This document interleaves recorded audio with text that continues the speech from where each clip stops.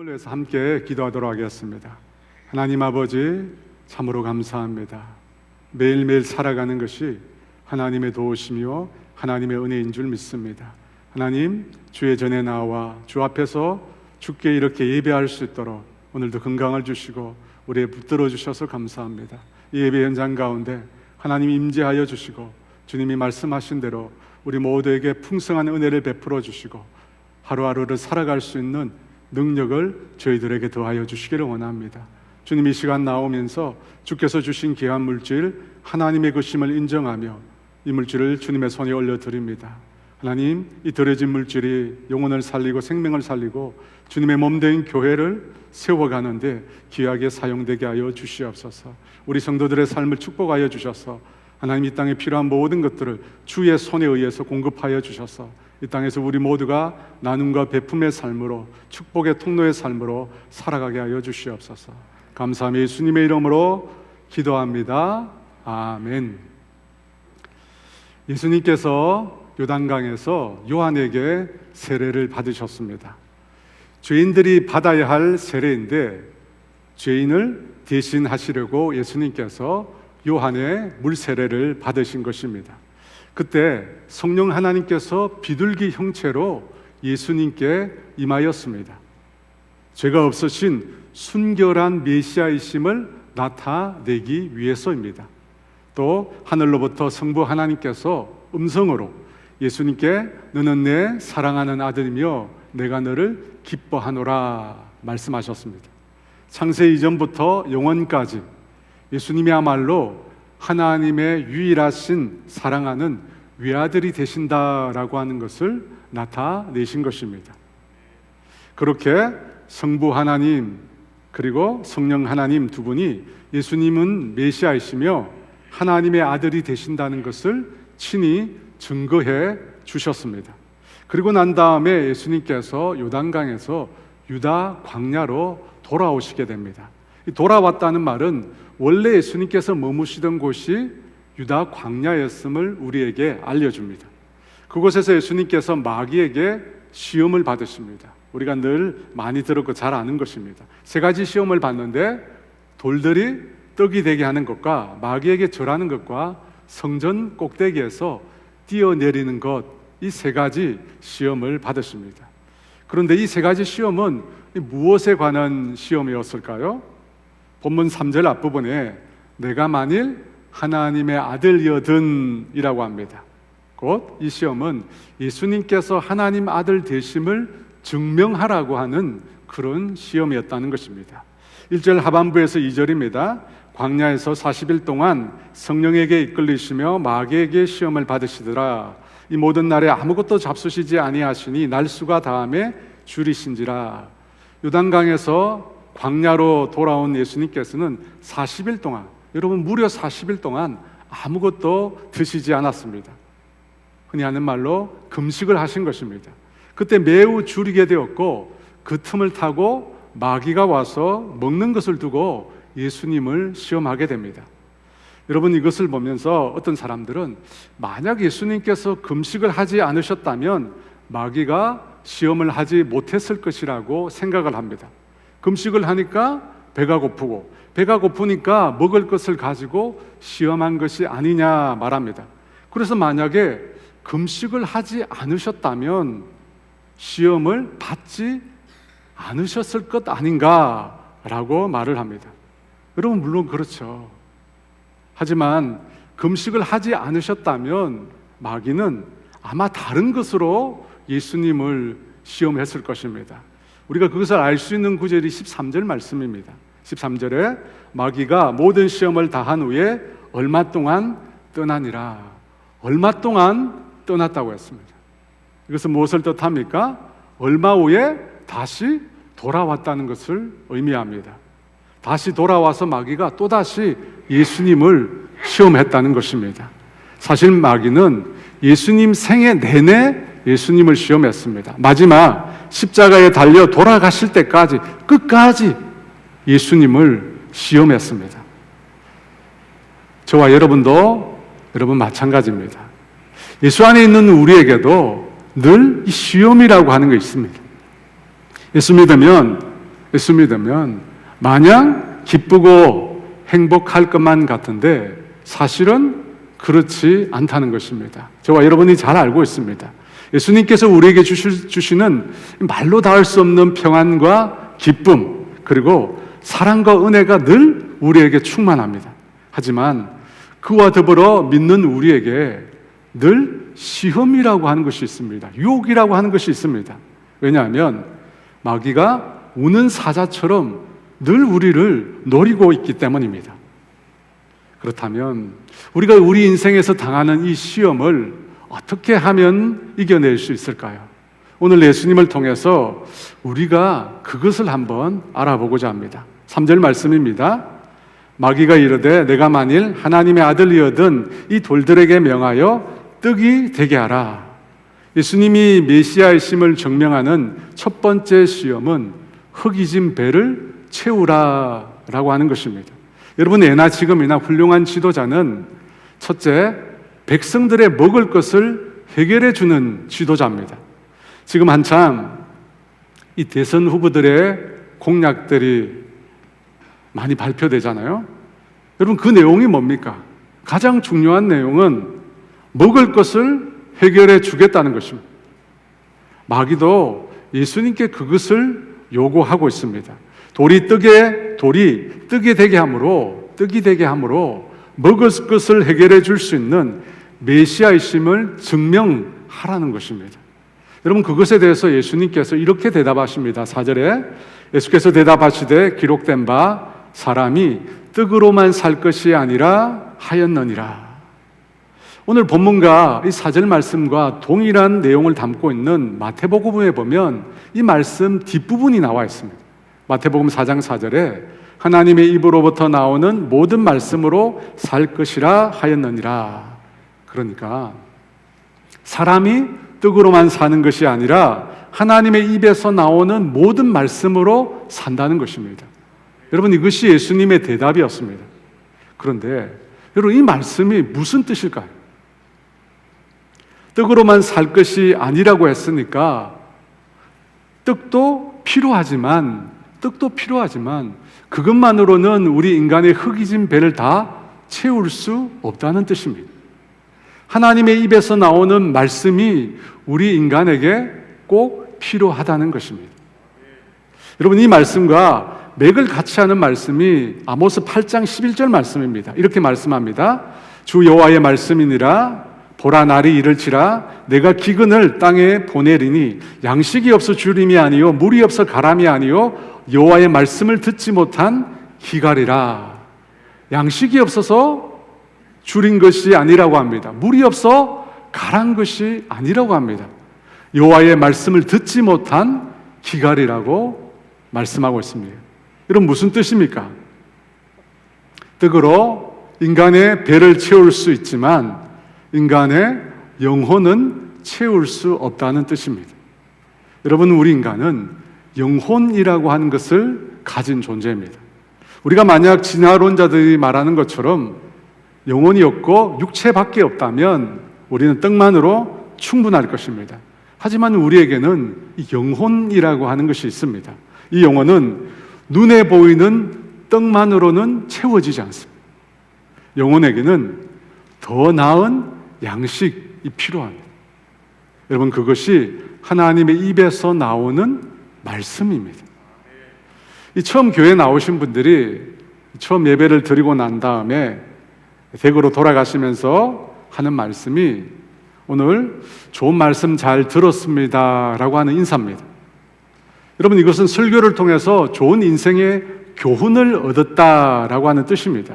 그런데 하나님의 입에서 나오는 말씀을 들었다는 것과 좋은 교훈을 얻었다라고 하는 것이 여러분, 과연 같은 말일까요?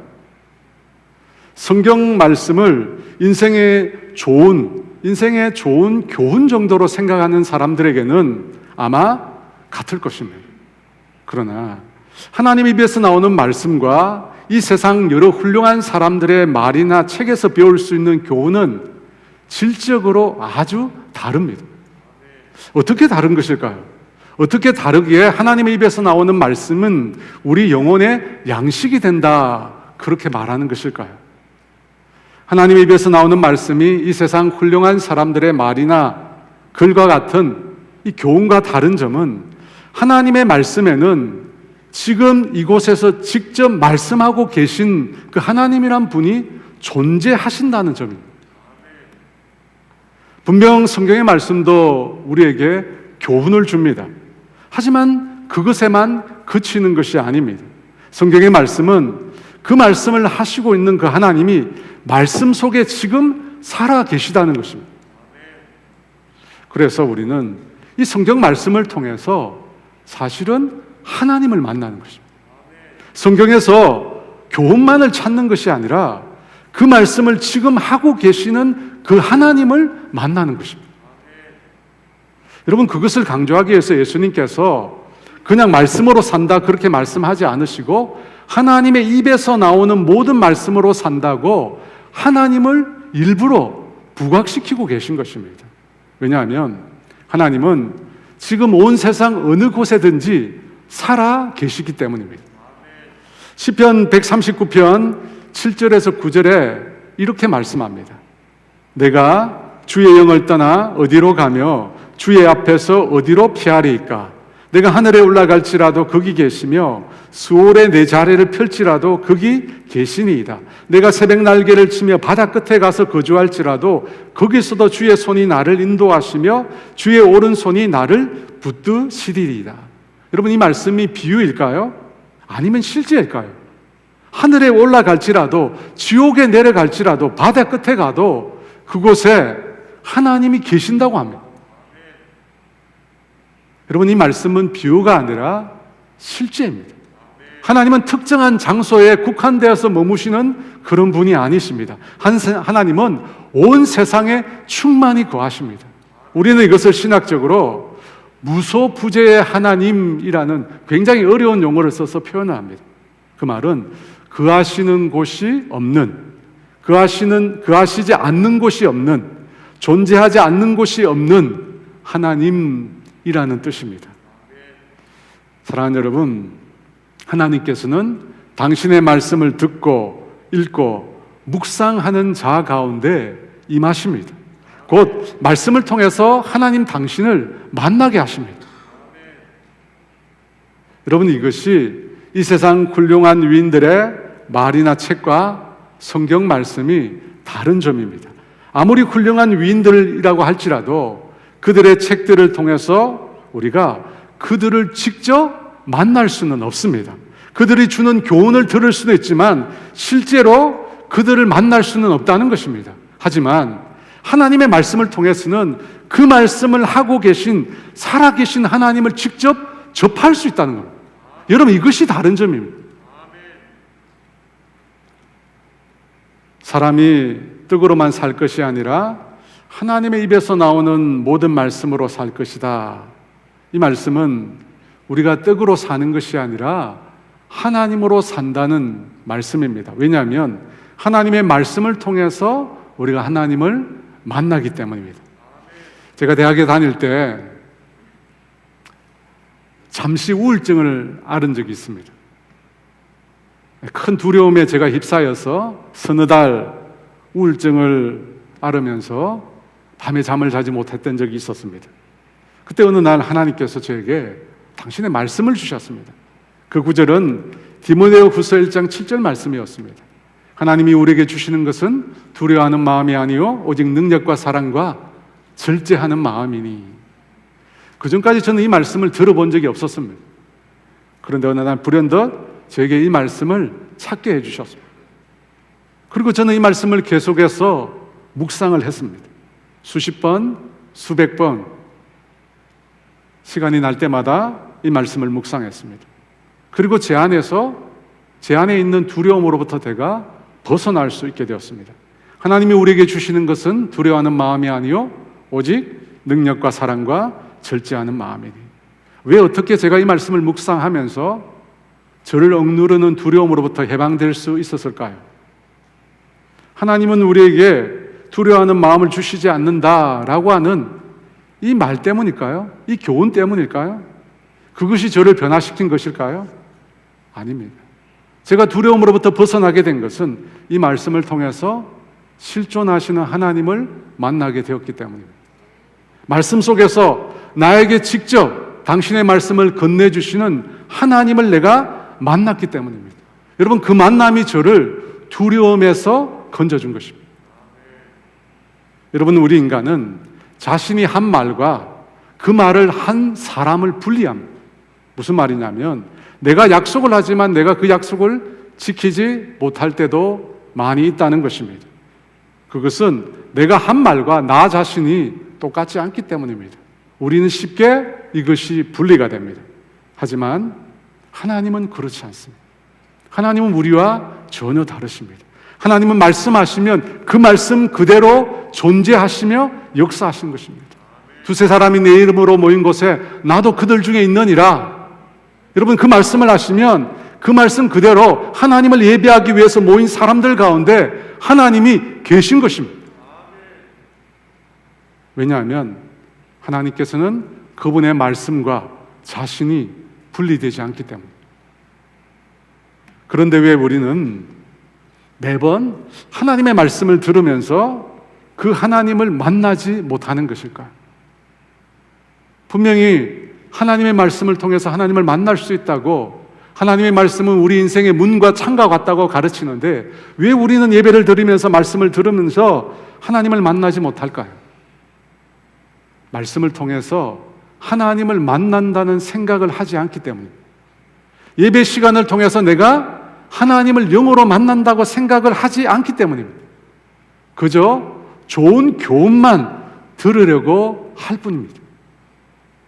여러분, 다윗은 이런 말을 했습니다. 시편 16편 8절에 내가 여호와를 항상 내 앞에 모심이요 그가 나의 오른쪽에 계심으로 내가 흔들리지 아니하리로다. 다윗은 하나님을 항상 내 앞에 모신다고 했습니다. 하나님이 그래서 내 우편에 계시다고 이야기합니다. 여러분, 그 마음으로, 늘 하나님을 모시는 마음으로 그가 하나님 앞에 나왔기에 말씀을 통해서, 예배를 통해서 그는 하나님을 만날 수 있었던 것입니다. 예수님께서 말씀하신 사람이 떡으로만 살 것이 아니라 하나님의 입에서 나오는 모든 말씀으로 살 것이니라, 이 말씀은 하나님으로 살아가는 것을 말하는 것입니다. 하나님과의 만남을 통해서 살아가는 것을 말하는 것입니다. 말씀 가운데 하나님을 만남으로 살아가는 것을 의미한다는 것입니다. 여러분, 우리가 그러한 삶을 살게 될 때 우리의 몸과 마음과 영혼이 진정한 양식을 얻게 되는 것입니다. 부족함이 없는 풍성한 그런 양식을 우리가 얻게 되고 그러한 삶을 살아갈 수 있게 되는 것입니다. 저와 여러분이 그렇게 되기를 주의 이름으로 축원합니다. 하나님의 말씀을 통해서 살아 역사하시는 하나님을 실제로 날마다 만나고 경험하는 저와 여러분 되시기를 주의 이름으로 축복합니다. 마귀의 두 번째 시험이 있습니다. 여러분, 그것은 권위 혹은 권세에 관한 시험이었습니다. 5절 말씀입니다. 마귀가 또 예수를 이끌고 올라가서 순식간에 천하만국을 보이며, 천하만국은 이 세상 모든 나라를 가리키는 표현입니다. 당시로는 로마, 그리스, 이집트, 시리아, 유다 등의 나라들을 가리킵니다. 그 중에 로마가 당시는 지상 최대의 강국이었습니다. 그 나라들을 마귀가 다 예수님께 보여주며 이렇게 예수님을 시험합니다. 6절과 7절입니다. 이르되 이 모든 권위와 그 영광을 내가 내게 주리라. 이것은 내게 넘겨준 것이므로 내가 원하는 자에게 주노라. 그러므로 내가 만일 내게 절하면 다 내 것이 되리라. 마귀가 세상 모든 권세와 영광을 예수님께 주겠다고 합니다. 단 한 가지, 그 자신에게 절을 하면 다 주겠다고 말을 합니다. 마귀의 이 두 번째 시험을 보면 여러분, 이 세상을 구원하는 길은 너무나 단순해 보입니다. 마귀에게 절을 하면 됩니다. 딱 한 번 눈을 감고 마귀에게 절하면 온 세상을 다 얻을 수 있을 것처럼 보입니다. 하지만 여기에 여러분 속임수가 있습니다. 마귀는 세상 모든 나라와 권세 그리고 그 영광을 예수님께 주겠다고 합니다. 그러면서 그것을 내게 넘겨준 것이므로 내가 원하는 자에게 주겠다고 합니다. 내게 넘겨주신 것, 누가 자기에게 넘겨줬다는 겁니까? 하나님께서 자기에게 넘겨준 것이므로 내가 원하는 자에게 주겠다라고 말을 합니다. 그런데 여러분, 이 말은 거짓말입니다. 왜냐하면 하나님은 세상 모든 권세를 마귀에게 넘겨준 적이 없으시기 때문입니다. 마태복음 10장 29절에 보면 참새 두 마리가 한 아사리온에 팔리지 않느냐, 그러나 너희 아버지께서 허락하지 아니하시면 그 하나도 땅에 떨어지지 아니하리라. 하나님께서 허락하시지 않으면 미물인 참새 한 마리도 땅에 떨어지지 않고 팔리지 않는다는 것입니다. 이 세상 모든 일을, 아무리 사소한 일까지라도 주님께서 모든 것을 다 주관하고 계신다는 것입니다. 그렇다면 하나님께서 모든 것을 다 주관하고 계신데 마귀가 어떻게 세상 모든 권세와 영광을 하나님께서 자신에게 넘겨주었다고 말하는 것일까요?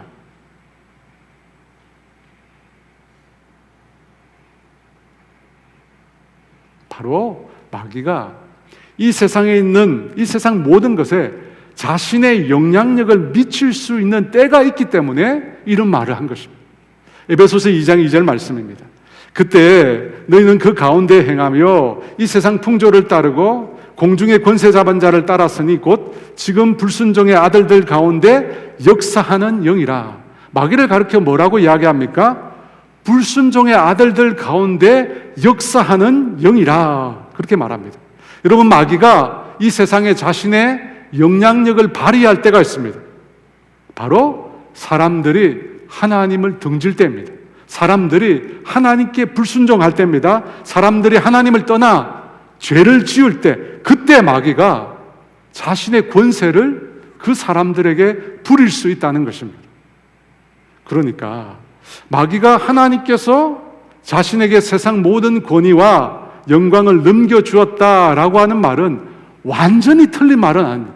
완전히 틀린 말은 아니에요. 그렇다고 완전히 맞는 말도 아닙니다. 마귀는 이 세상에 자신의 권세를 부릴 수 있습니다. 단 인간이 죄를 지을 때입니다. 인간이 죄를 지으면 마귀가 모든 권세를 가지고 그 사람을 지배할 수가 있다는 것입니다. 여러분, 이것이 마귀가 아주 잘 쓰는 수법입니다. 마귀는 항상 부분적인 진실을 가지고 말합니다. 전체가 아니라 부분적으로 맞는 말을 가지고 우리 인간을 유혹한다는 것입니다. 마귀가 아담과 하와를 유혹할 때 맨 마지막에 무슨 말을 하신지 아십니까? 창세기 3장 4절과 5절입니다. 뱀이 여자에게 이르되 너희가 결코 죽지 아니하리라. 너희가 그것을 먹는 날에는 너희 눈이 밝아져 하나님과 같이 되어 선악을 알 줄 하나님이 아심이라. 여러분, 이 말씀이 맞는 말일까요? 틀린 말일까요? 맞는 말이 있습니다. 어떤 말입니까? 눈이 밝아진다. 창세기 3장 7절입니다. 이에 그들이 눈이 밝아져 자기들이 벗은 줄을 알고 무화과 나무 잎을 엮어 치마로 삼았더라. 눈이 밝아졌죠. 마귀가 말한 것처럼 눈이 밝아졌어요. 그런데 하나님과 같이 되지는 않았어요. 대신에 자신들이 벗은 줄을 알게 됩니다. 영적인 순결을 잃어버리고 이 죄에 대한 수치를 느끼게 된 것입니다. 그래서 무화과 나무 잎으로 그 수치를 사람들이 가리게 됩니다. 그리고 날이 서늘할 때 하나님께서 동산을 거니시는데 하와와 아담이 어떻게 합니까? 그 하나님의 낯을 피하여 숨게 됩니다. 하나님께로부터 멀어지려고 도망을 가게 됩니다. 여러분, 마귀라고 하는 존재는 늘 우리 인간을 속입니다. 어떻게 속이느냐? 거짓을 말해서 우리를 속이는데 그 전체가 다 거짓말, 처음부터 끝까지 다 거짓말, 그렇게 속이지 않습니다. 그렇게 어리석지 않아요. 부분적으로 진실을 말하면서 우리를 속입니다. 그래서 눈이 밝아진다고 하잖아요. 그리고 실제로 눈이 밝아진 것입니다. 그것은 맞는 거죠. 하지만 죄를 지음으로 인하여 인간이 수치를 느끼게 되고 하나님과 우리 인간관계가 파괴될 것이다, 이런 얘기는 하지 않습니다. 이 필립 얀시라고 하는 유명한 크리스찬 작가가 있습니다. 이분이 40년인가 시간이 되는 절친이 어느 날 그를 찾아옵니다. 야밤에 갑작스럽게 그를 찾아옵니다. 그러면 얀 씨에게 이런 얘기를 합니다. 이 절친에게는 부인과 애가 셋이 있는데 이 사람이 최근에 필생의 연인을 만났다는 겁니다. 필생의 연인이 뭔지 아시죠? 그리고 가족을 버리고 이 여인과 새로운 삶을 시작해야겠다고 결심을 했다는 것입니다. 그런데 왜 얀 씨를 찾아왔냐면 이 사람이 신앙이 있는 사람이거든요. 하나님에 대해서, 구원에 대해서 잘 알고 있는 사람입니다. 그래서 얀 씨에게 뭐라고 이야기하느냐면 자신이 죽을 날이 가까워왔을 때 다시 회개하고 하나님께로 돌아오면 되지 않겠느냐라는 것입니다. 지금은 이 필생의 여인과 살아야겠다는 것입니다. 하지만 그것이 죄라는 것을 알고 있다는 것입니다. 그래서 마지막에 부끄럽지만 회개하고 돌아오면 구원을 얻지 않겠느냐는 것입니다. 그것에 대해서 얀 씨에게 물어보려고 찾아온 것입니다. 여러분 어떻게 생각하십니까? 우리는 이 남자의 얘기를 들으면서 그가 마귀에게 속고 있다는 사실을 깨닫게 됩니다. 여러분 어떤 부분에서 속고 있습니까? 필립 얀 씨는 이런 대답을 했습니다. 당신이 인생 마지막에 회개하고 다시 돌아올 것이다 라고 하는 것을 보장할 수 없다 라는 말을 했습니다. 지금 이 순간은 죄짓기 이전이니까 내가 마지막에 다시 돌아올 수 있을 것이라고 생각하지만 그때 가서는 다시 돌아올 수 있을지 모르겠다는 것입니다. 왜냐하면 다시 돌아오겠다 결정하기 전에 사고로 죽을 수도 있습니다. 또 마지막에 가서 돌아가고 싶지 않다고 생각할 수도 있는 것입니다. 그것은 그때 가서 알 수 있는 겁니다. 지금 이 순간에 예단할 수 없다는 것입니다. 여러분 마귀는 오늘 성경에 나오는 예수님만이 아니라 오늘 우리에게도 동일한 거짓으로 우리를 유혹하고 있습니다. 우리를 속이고 있습니다. 우리 자녀들이 대학만 가면 다 끝날 것 같잖아요. 그래서 예배도 안 드리고 그 시간에 학원을 갑니다. 대학에 가서 다시 교회 출석하면 되잖아요. 그런데 과연 그렇게 될까요? 과연 대학에 가서 그 아이가 다시 교회로 돌아올 수 있을까요? 여러분 좋은 직장만 얻으면 다 될 것 같잖아요. 좋은 배우자만 만나면 우리 인생의 문제가 다 해결될 것 같잖아요. 그래서 그때까지 조금 미루고 또 미루고 합니다. 여러분 집 한 채 장만하고 다시 주일 성수하면 되잖아요. 그때까지 열심히 돈 벌어서 집을 사고 또 교회 헌금도 많이 하면 되잖아요. 그런데 그런 마음으로 교회를 떠났다가 다시는 교회로 돌아오지 못한 영혼들이 정말 많습니다. 많은 분들이 코로나가 끝나고 다시 교회로 돌아가면 된다고 생각합니다. 과연 돌아올 수 있을까요? 여러분 마귀에게 속는 일일 수 있습니다. 그러면 마귀는 왜 이렇게 우리를 속이려 드는 것일까요? 바로 우리로 하여금 아담과 하와처럼 죄를 짓도록 하기 위해서입니다. 그렇게 되면 여러분 우리가 그렇게 죄를 짓게 되면 어떻게 될까요? 요한일서 3장 8절 말씀입니다. 죄를 짓는 자는 마귀에게 속하나니 마귀는 처음부터 범죄함이라. 하나님의 아들이 나타나신 것은 마귀의 일을 멸하려 하심이라. 여러분 우리 인간이 죄를 지으면 그 다음부터 마귀의 속박에 우리가 놓이게 됩니다. 여러분 우리가 죄를 지으면 우리의 영적인 상태가요 완전히 달라집니다. 여러분이 지금 생각하고 있는 그 상태가 아니에요. 죄를 짓게 되면 우리의 마음이, 우리의 생각이요 완전히 달라져요.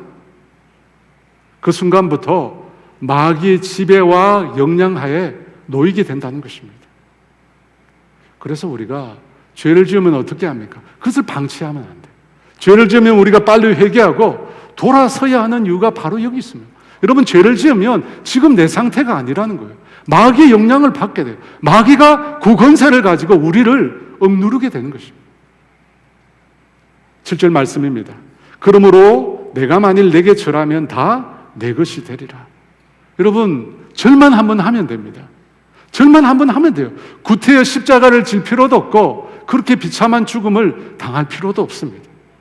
여러분, 여기서 말하는 절한다는 말은 예배한다는 뜻입니다. 마귀에게 한 번만 예배하면 그때 온 세상을 다 얻을 수 있습니다. 그런데 과연 그럴까요? 그 말이 맞을까요? 여러분, 그렇지 않습니다. 거짓말이에요. 거짓말이에요. 하나님의 아들이신 그리스도가 마귀에게 절을 하면 어떻게 될까요? 마귀와 하나님의 아들 사이에 엄청난 위상의 변화가 일어나요. 마귀가 이때부터는 하나님의 아들을 주관하게 되는 것입니다. 그래서 예수님께서 이런 말씀을 하셨습니다. 8절 말씀에 예수께서 대답하여 이르시되 기록된 바 주 너희 하나님께 경배하고 다만 그를 섬기라 하였느니라.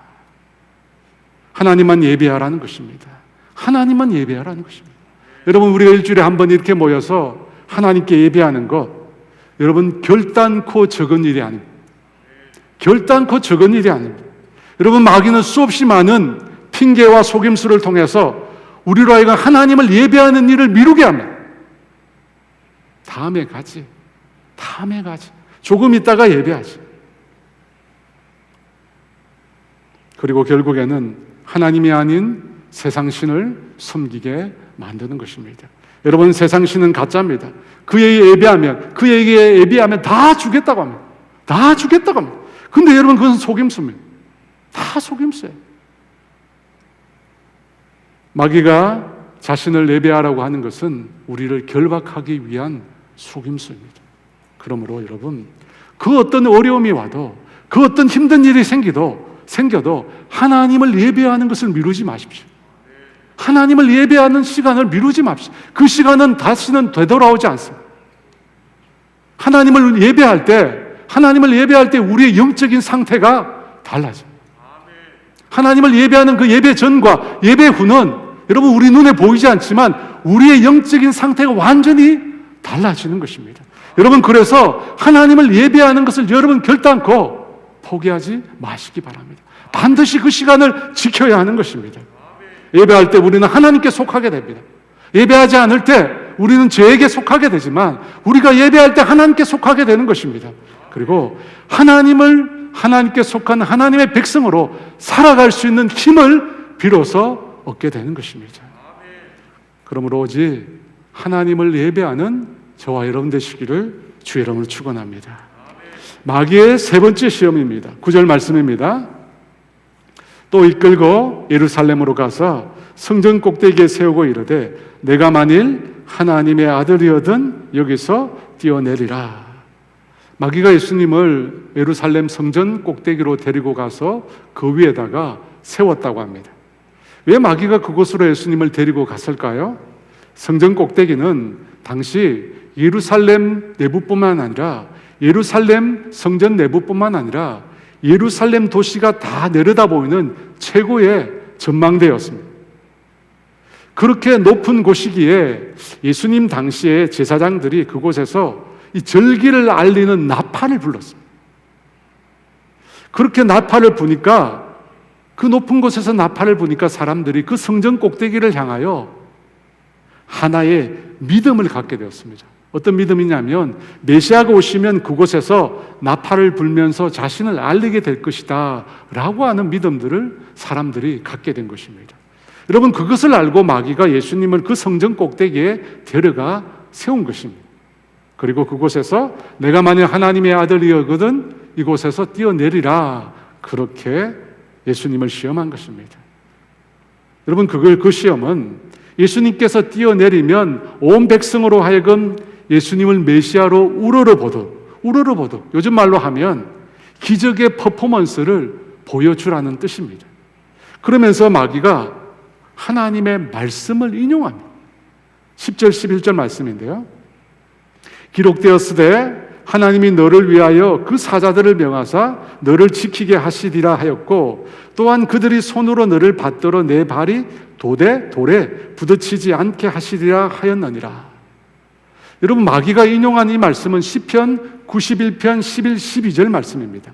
그런데 이 말씀을 보면 예수님께서 그 성전 꼭대기에서 뛰어내리면 천사가 예수님을 정말로 붙들어 줄 것 같습니다. 말씀에 나와 있잖아요. 뛰어내리면 천사를 보내어서 그 발이 돌에 상하지 않도록 붙들어 줄 것이라고 말하고 있잖아요.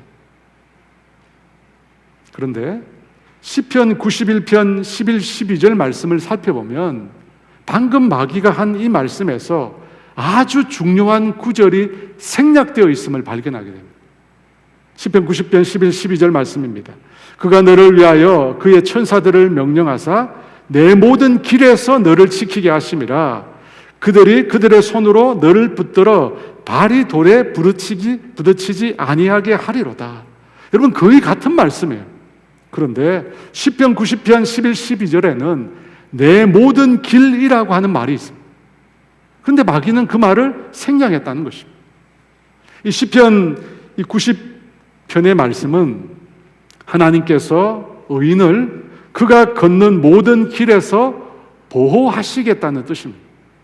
곧 의인이 의로운 길을 걸어갈 때 하나님께서 그를 지켜주시겠다. 그가 의로운 길을 걸어갈 때 하나님이 그를 지켜주시겠다라고 하는 뜻입니다. 그런데 거기서 내 모든 길, 의로운 길, 그 말을 생략한 거죠. 그 말을 생략해버리니까 무슨 뜻이 되냐면 하나님께서 항상 너를 지켜주신다는 거예요. 무슨 짓을 해도 하나님께서 내 발이 돌에 부딪히지 않도록 지켜주신다. 그런 뜻이 된 겁니다. 여러분, 이것은 말씀을 왜곡한 것입니다. 하나님은 무슨 짓을 해도 항상 지켜주시겠다 말씀하신 적이 없습니다. 의인이 의로운 길을 갈 때 그때만 하나님이 지켜주시는 겁니다. 의인이 불의한 길을 가면 하나님이 지켜주시지 않습니다. 근데 마귀는 그 중요한 조건을 빼버린 거예요. 그리고 무슨 짓을 해도 하나님이 너를 지켜주신다라고 예수님께 말을 한 것입니다. 여러분, 이것이 말씀을 왜곡한 거죠. 여러분, 마귀가 잘하는 또 하나의 특징, 하나님의 말씀을 왜곡합니다. 여러분, 이것은 매우 심각한 일입니다. 왜냐하면 하나님의 말씀을 왜곡하면 그 말씀을 통해서 만나게 되는 하나님이 왜곡되기 때문에. 그렇지 않습니까? 말씀을 왜곡하게 되면 우리가 그 말씀을 통해서 하나님을 만나게 되는데 우리가 만나는 하나님이 왜곡되는 겁니다. 마귀가 에덴 동산에서 하와에게 던진 첫 번째 질문은 동산 내 모든 나무의 실과를 하나님께서 먹지 말라고 하시더냐? 동산의 모든 나무의 실과를 하나님께서 먹지 말라고 하시더냐? 여러분, 이 말은 왜곡된 겁니다. 분명 하나님은 동산 모든 나무의 실과를 다 먹으라고 했습니다. 다만 하나님과의 관계를 나타내는 선악을 알게 하는 나무의 실과는 먹지 말라고 했습니다. 여러분, 그 사실을 마귀가 잘 알고 있습니다. 잘 알고 있으면서도 하나님은 모든 것을 금하시는 분, 하나님은 엄한 분, 가까이 하기에 너무나 두려운 분이라고 하는 인상을 심겨주기 위해서 의도적으로 하나님의 말씀을 왜곡한 것입니다. 하나님은 모든 나무의 실과를 먹지 말라고 말씀하시는 분이다 라는 것입니다. 여러분, 이처럼 마귀는 하나님 말씀을 왜곡합니다. 여러분, 왜 이단을 사탄의 무리라고 말하는지 아십니까? 그들이 하나님의 말씀을 왜곡하기 때문에. 왜곡해요. 이 하나님의 교회, 여러분 많이 보셨을 거예요. 아주 너무나 성경적인 이름을 사용하고 있습니다. 근데 이단입니다. 여러분 사는 주변에 아무데나 보면 참 이 하나님의 교회라고 하는 큰 건물들을 많이 보셨을 것입니다. 여러분, 이 이단의 본래 명칭은 안상홍 정윤회라고 하는 곳입니다. 그런데 교주 안상홍이 죽었습니다. 죽은 지 아주 오래되었습니다. 1985년에 죽었습니다. 그가 죽자 그의 부인 장길자라고 하는 여인이 교주를 대신하게 됩니다. 그때부터 어떤 논리를 펴느냐면 어머니 하나님이 있다는 겁니다. 어머니 하나님. 그러면서 성경의 어머니라고 나오는 구절을 다 장길자에게 갖다 붙입니다. 갈라디아서 4장 26절입니다. 오직 위에 있는 예루살렘은 자유자니 곧 우리 어머니라. 여러분, 이 구절을 가져다가 우리 어머니를 장길자라고 이야기합니다. 여러분 성경을 잘 읽어보면 이 어머니라고 불리는 여인은 아브라함의 아내 사라를 가리키는 말입니다. 그런데 앞뒤 문맥은 전혀 보지 않고 성경에 어머니가 나온다, 그 어머니가 장길자다 이렇게 주장합니다. 그러면서 하나님은 여자와 남자를 만드셨으니까 하나님도 남자와 여자가 있다는 거예요. 그 여자 하나님이 바로 장길자라고 이야기합니다. 여러분, 제가 이 하나님의 교회 이단을 만나서 직접 얘기를 들었기 때문에 제가 정확히 알고 있습니다. 여러분, 이런 정말 말도 안 되는 이단을 따르는 사람들이 자기들 말로는 전 세계적으로 300만이 넘는다고 합니다. 그렇게는 안 될 겁니다. 그런데 무수히 많은 사람들이 미혹이 되어 거짓을 따르고 있습니다. 여러분, 그 같은 마귀의 시험에 대해서 예수님께서 이렇게 대답하십니다. 12절에 예수께서 대답하여 이르시되 주 너희 하나님을 시험하지 말라 하시니라. 다른 말로 하면 하나님의 말씀을 왜곡하지 말라는 것입니다. 여러분, 성경은 하나님의 말씀을 왜곡하는 자에게 아주 엄중한 심판을 말씀하고 있습니다. 요한계시록 22장 18절 19절에 내가 이 두루마리의 예언의 말씀을 듣는 모든 사람에게 증언하노니 만일 누구든지 이것들 외에 더하면 하나님이 이 두루마리에 기록된 재앙들을 그에게 더하실 것이요 만일 누구든지 이 두루마리의 예언의 말씀에서 제하여 버리면 하나님이 이 두루마리에 기록된 생명나무와 및 거룩한 성의 참야함을 제하여 버리시리라. 왜 이렇게 엄중한 심판을 말씀하시는 것일까요? 여러분, 하나님의 말씀을 왜곡하는 것은 바로 하나님을 왜곡하는 것입니다. 하나님을 왜곡하는 것. 그 말씀을 통하여 만나는 그 하나님을 왜곡하는 것입니다. 여러분, 그것은 하나님에 대한 엄청난 모욕입니다. 엄청난 경멸입니다. 그런데 마귀는 그 짓을 여러분 서슴지 않고 지금도 끊임없이 자행하고 있습니다. 어차피 그는 영원한 멸망을 받게 될 것이기 때문입니다. 그래서 한 사람이라도 더 지옥 백성 만들려고 그 짓을 하고 있습니다. 여러분, 그 같은 잘못된 왜곡에 우리가 빠져들지 않으려면, 잘못된 가르침을 가르치는 이단들에 빠져들지 않으려면 하나님의 말씀을 더 깊이 알아야 해요. 하나님을 우리가 더 깊이 알아가야 하는 것입니다. 여러분, 그렇게 할 때 마귀의 유혹에 빠지지 않고 참되신 하나님을 만나고 그분을 예배하게 되는 것입니다. 그렇게 힘써 하나님을 알아가는, 하나님을 배워가는 저와 여러분 되시기를 주의 이름으로 축원합니다. 우리 함께 찬양하도록 하겠습니다.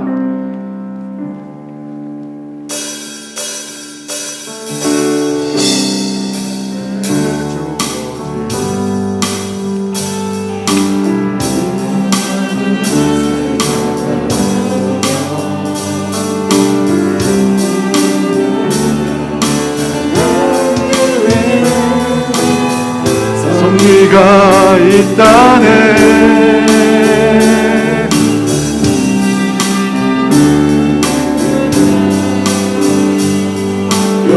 연구하시는 작은 그곳에 난 강한 계획 섭리가 있다네. 지금 여기 계시며 말씀해 주시는 하나님, 내 삶에 역사하시는 진실한 나의 하나님을 찬양해. 내 앞에 주어진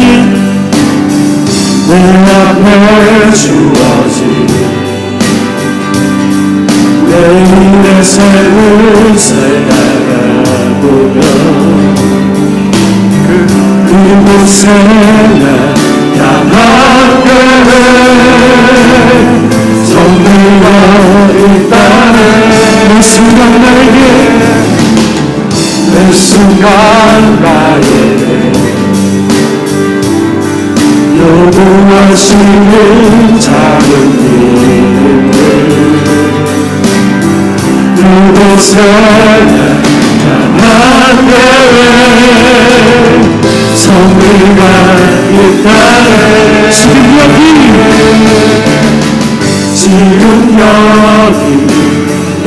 계시면 말씀에 주시는 하나님 내 삶에 역사하시는 진실한 나의 하나님 변함이 없는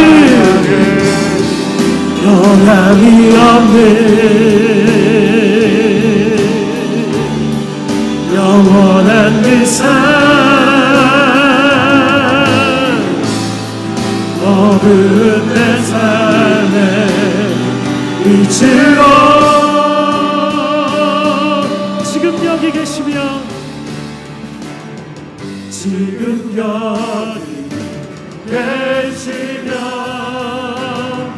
말씀해 주시는 하나님 내 삶에 역사하시는 진실한 나의 하나님을 찬양해.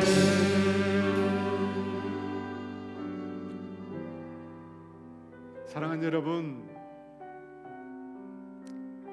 마귀는 지금도 저와 여러분을 시험하고 있습니다. 여러분이 느끼든 느끼지 못하든 관계없이 저와 여러분을 시험하고 있습니다. 우리에게 묻습니다. 떡만으로 살아가라고, 떡만으로 살아가라고, 떡으로 살 수 있다고 우리를 유혹하고 있습니다. 근데 여러분, 떡만으로 우리 영혼을 먹일 수 없습니다. 우리에게는 하나님의 말씀이 필요합니다. 여러분, 하나님의 말씀을 통해서 하나님을 만나야 합니다. 여러분, 놀랍게도 하나님은 당신의 말씀 가운데 지금도 살아 역사하십니다. 여러분, 우리는 성경을 통해서 하나님 우리에게 주시는 교훈을 받으려고 말씀을 읽는 것이 아닙니다. 여러분, 우리가 이 시간 이곳에서 예배하는 이유는 하나님을 만나기 위해서입니다. 하나님을 만나지 못한다면 우리의 모든 예배야, 우리의 모든 말씀 읽기는 아무런 의미가 없습니다. 하나님을 만나야 그분이 주시는 참된 사랑을 깨닫게 되는 것입니다. 그리고 우리의 삶이 변화되고 우리의 심령이 새롭게 되는 것입니다. 여러분, 이 시간 기도합시다. 하나님, 주님을 만나게 해주십시오. 주님, 영을 열어주시고 주님, 내가 이 시간 주님을 만나게 하여 주시옵소서. 여러분, 마귀는 우리의 생각을 항상 노린다는 것을 기억하십시오. 여러분, 마귀가 우리를 공격하는데 어디에서 공격하느냐? 여러분의 생각을 공격하는 거예요. 항상 부분적인 진실로, 항상 전부인 것처럼 우리를 미혹합니다. 무엇보다도 갖은 핑계로 하나님을 예배하는 것을 자꾸만 미루게 합니다. 왜냐하면 우리가 하나님을 예배하지 않으면 그때부터 우리는 것은 다른 것을 예배하기 때문에, 하나님을 예배하지 않으면 우리는 또 다른 것을 찾게 되어 있습니다. 여러분, 마귀에게 속하지 않으려면 하나님을 예배하시기 바랍니다. 하나님을 찾아야 합니다. 하나님을 간절히 구해야 합니다. 마지막으로, 여러분, 마귀가 하는 또 다른 악은 하나님의 말씀을 왜곡하는 것입니다. 여러분, 그 왜곡된 말씀으로 인하여 수없이 많은 영혼들이 변들어가고 있습니다. 그러므로 이 시간 하나님을 찾읍시다. 하나님을 알아갈 때 마귀의 시험을 이길 수 있는 것입니다. 우리 주여 함께 부르며 기도하며 나가겠습니다. 주여!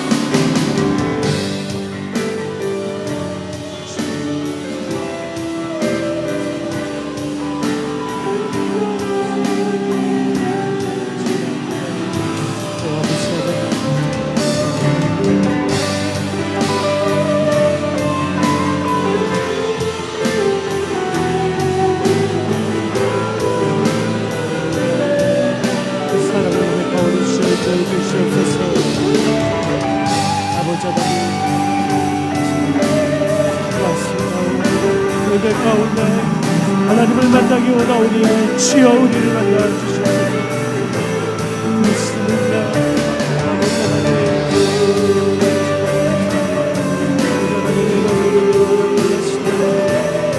하나님을 만나요. 내가 있도록 주옵소서.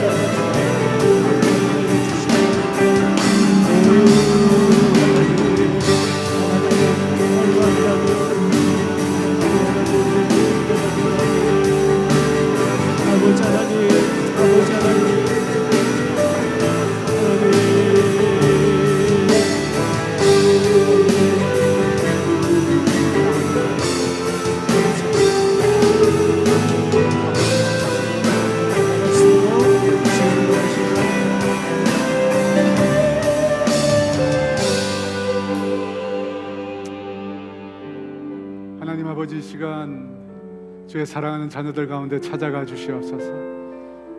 내게 말씀하시는 그 하나님, 말씀을 통해서 나에게 찾아오시는 그 하나님, 우리가 만나게 하여 주시옵소서. 하나님, 내 마음에 단지 교훈을 얻기 위해서 우리가 하나님을 예배하는 것이 아닙니다. 단지 하나님, 내가 교훈을 얻기 위해서 말씀을 듣고 읽고 묵상하는 것이 아닙니다. 하나님, 그 말씀을 통해, 이 예배를 통해 하나님을 진짜 만나게 해주세요. 살아 역사하시며 온 세상 우주 만물 가운데 충만히 거하시는 그 하나님, 이 시간 내가 눈으로 보고 내 영으로 아버지 그 하나님 만나기를 원하오니 주님, 사랑하는 주의 자녀들 가운데 이 시간 임하여 주시옵소서. 그들의 심령 가운데 찾아가 주시고 어루만져 주시고 위로하여 주시고 온전히 이 심령을 회복시켜 주시옵소서. 하나님, 내 생각을 지켜 주시옵소서. 하루에도 수없이 많은 생각들이 나를 미혹하고 나를 속이려 듭니다. 하나님, 그 속임수에 넘어가지 않도록 우리의 마음을 지켜 주시옵소서. 하나님, 헛된 것을 예배하지 않도록 도와주시옵소서. 하나님을 예배하는 것을 미루지 않도록 도와주시옵소서. 매일 아침 주의 이름을 부르게 하여 주시고 매일 저녁 주 앞에 무릎 꿇고 기도하게 하여 주시옵소서. 하나님을 예배하지 않으면 다른 것을 예배할 수밖에 없다는 사실을 우리가 명확히 깨닫게 하여 주셔서 매일 매 순간 하나님을 예배하는 주의 백성들 되게 하여 주시옵소서.